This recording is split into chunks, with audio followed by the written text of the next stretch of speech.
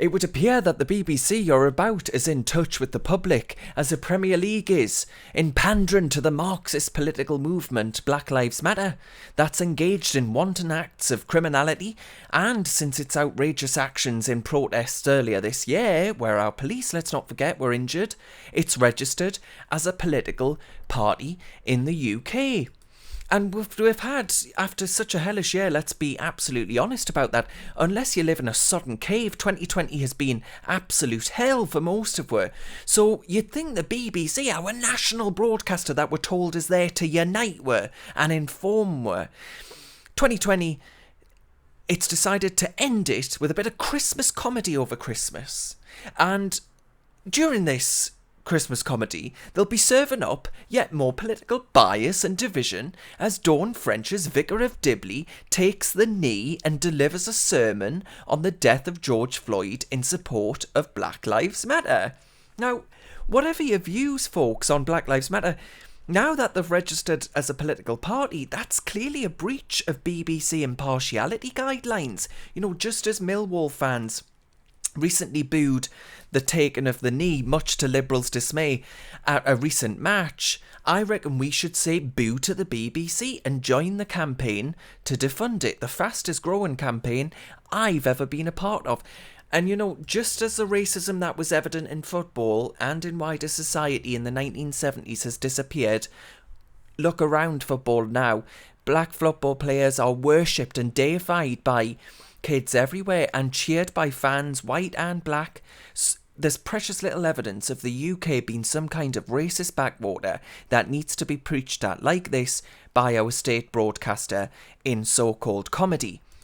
And the problem with all of this, folks, is the patronising idea that we, those that are forced with the threat of prison, let's not forget, to pay for the BBC if we want to watch live telly, in what is essentially a tax on TV, is that we're seen by these metropolitan Liberals at Auntie BBC to be in desperate need of re-education. You know, it's the identity politics obsessives at the Beeb that genuinely reckon that this country must be inherently racist. After all, we did vote to leave a club of 28 other EU nations, and we don't like free movement of people. We must be racist. Border controls, racist. So, you've got to take a step back and you've got to say to these people, it doesn't make you racist to be against Black Lives Matter. It's not the same as being against black people. Booing the taking of the knee at football matches isn't the same as being against black people. Being opposed to a group that has engaged in wanton acts of criminality, that seeks to defund the police and convince our kids that they're inherently racist or privileged for the colour of their skin, that doesn't make you racist either. You can have solidarity with and show your support for racial equality by not being racist. It's as simple as that. Since when did subservience and knee bending become a necessary prerequisite of not being bigoted? It's also rather telling to me that Labour have put up more of a robust defence of the Marxist outfit Black Lives Matter, an organisation that wants to, as I say, defund the police and prevent the deportation of foreign murderers and rapists, than they ever have for our democracy or their one-time voters.